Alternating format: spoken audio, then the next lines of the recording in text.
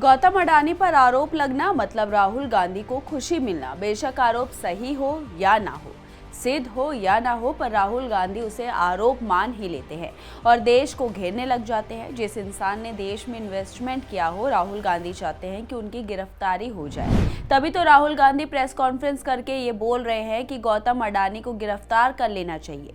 प्रधानमंत्री भ्रष्टाचार में गौतम अडानी के साथ मिले हुए हैं। राहुल गांधी ने अमेरिका में रिश्वतखोरी के आरोप लगने के बाद उद्योगपति गौतम अडानी की गिरफ्तारी की मांग की है।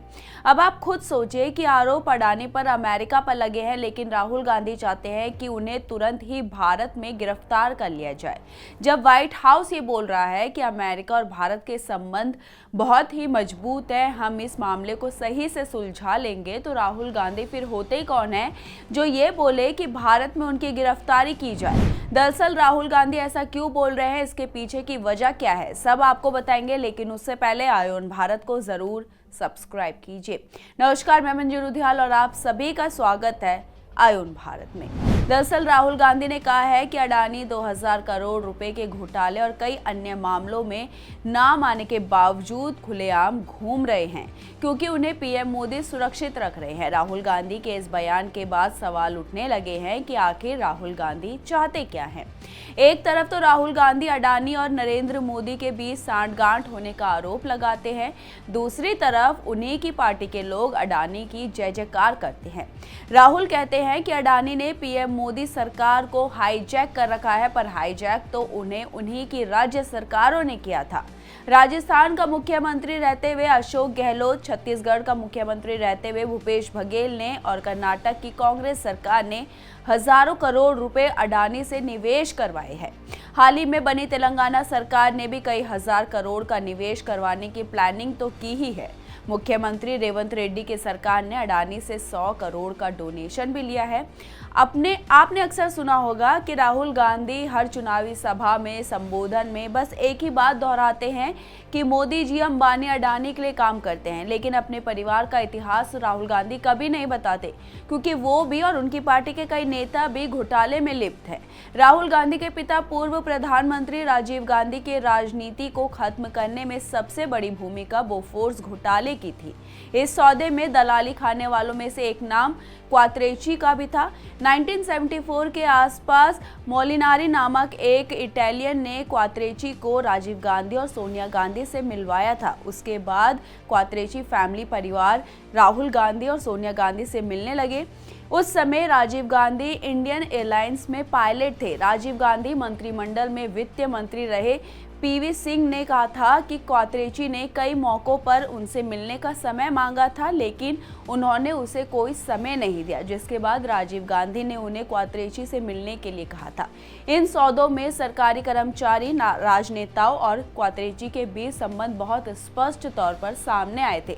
पर जिस तरह क्वात्रेची और गांधी फैमिली के रिश्ते को खुद कांग्रेस और विपक्ष ने बाहर की दुनिया के सामने लाया, उसी तरह मोदी और अडानी के रिश्ते को सार्वजनिक करने में कांग्रेस असफल रही है। यही कारण रहा है कि आज तक जनता के सामने अडानी विलेन नहीं बन पाए। यहाँ पर अडानी पर आरोप है कि उन्होंने एक अमेरिकी फर्म के साथ मिलीभगत करके जुलाई 2021 से फरवरी 2022 के बीच ओडिशा, तमिलनाडु, छत्तीसगढ़ और आंध्र प्रदेश में वितरण कंपनियों को करीब 26 करोड़ डॉलर का भुगतान किया। इस मामले पर बीजेपी नेता अमित मालवीय ने कांग्रेस को घेरते हुए लिखा था कि यहाँ जिन राज्यों की बात की गई है वो सभी उस समय विपक्षी कांग्रेस या उसके सहयोगियों द्वारा शासित थे, इसलिए कांग्रेस को उपदेश देना बंद कर देना चाहिए और कांग्रेस और उसके सहयोगियों को मिली रिश्वत की जानकारी देनी चाहिए। सभी जानते हैं कि उद्योगपति गौतम अडानी पर हमला करने के मामले में राहुल गांधी सबसे पहले रहते हैं, लेकिन सच ये भी है कि विपक्ष में केवल राहुल गांधी ही अडानी का विरोध करते हैं। उनका साथ देने के लिए कांग्रेस में भी मुट्ठी भर लोग शामिल नहीं हैं। विपक्ष तो अडानी का नाम लेता भी नहीं है, बल्कि कई बार तो ऐसा भी हुआ है जब अडानी का नाम लेने के चलते विपक्ष के नेताओं से राहुल गांधी को नाराजगी का सामना करना पड़ा हो। लोकसभा चुनाव के पहले इंडिया गठबंधन के शुरुआती दिनों में से बैठक में राहुल ने विपक्ष के नेताओं की मंजूरी के बिना अडानी का मुद्दा पीसी के दौरान उठाया था।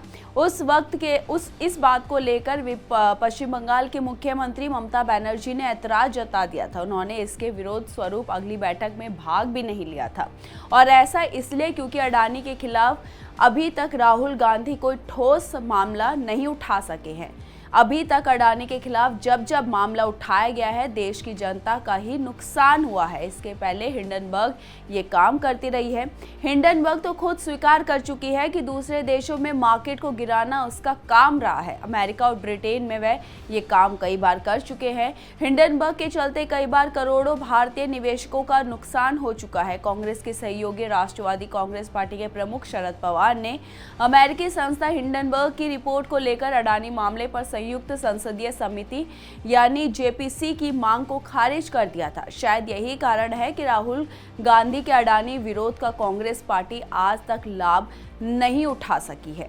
राहुल गांधी केवल अडानी को ही निशाना नहीं बनाते रहे हैं, वो यहाँ पर देश के चुनिंदा उद्योगपतियों को कोसने का काम इससे पहले भी कर चुके हैं। राफेल विमान सौदे के समय वे अनिल अंबानी के पीछे पड़ गए थे और यहाँ तक कहते थे कि प्रधानमंत्री मोदी ने आम जनता का पैसा खुद अपने हाथों से अनिल अंबानी की जेब में डाल दिया। इसी तरह किसान आंदोलन के समय 3 नए कृषि कानून बनाने के पीछे गौतम अडानी के साथ मुकेश अंबानी का नाम लेने लगे थे। राहुल गांधी आरोप लगाते थे कि मोदी सरकार ने इन कृषि कानूनों के जरिए किसानों की जमीन छीनकर अडानी और अंबानी को देने की प्लानिंग कर रखी है। हालांकि राफेल विमान सौदे में उन्हें मुंह की खानी पड़ी थी। इतना ही नहीं, राफेल मामले में सुप्रीम कोर्ट की अवमानना से बचने के लिए उन्हें माफी भी मांगनी पड़ी थी। अब राहुल गांधी बार बार भाजपा पर भ्रष्टाचार का आरोप तो लगाते हैं, लेकिन सच ये है कि वो खुद भ्रष्टाचार के मामले पर जमानत पर बाहर है, और यही बात भाजपा भी दोहराती रही है।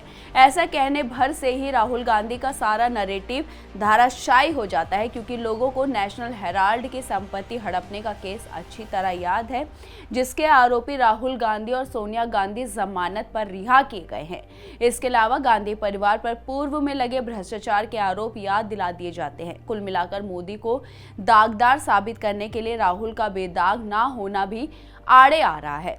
अब जहां बार बार राहुल गांधी अडानी का नाम ले रहे हैं, तो वो क्यों ले रहे हैं ये आप अब अच्छे से समझ गए होंगे। ये पूरी खबर आपको कैसी लगी, अपनी राय हमारे कमेंट बॉक्स में जरूर लिखिएगा और इस वीडियो को ज्यादा से ज्यादा शेयर कीजिएगा। धन्यवाद।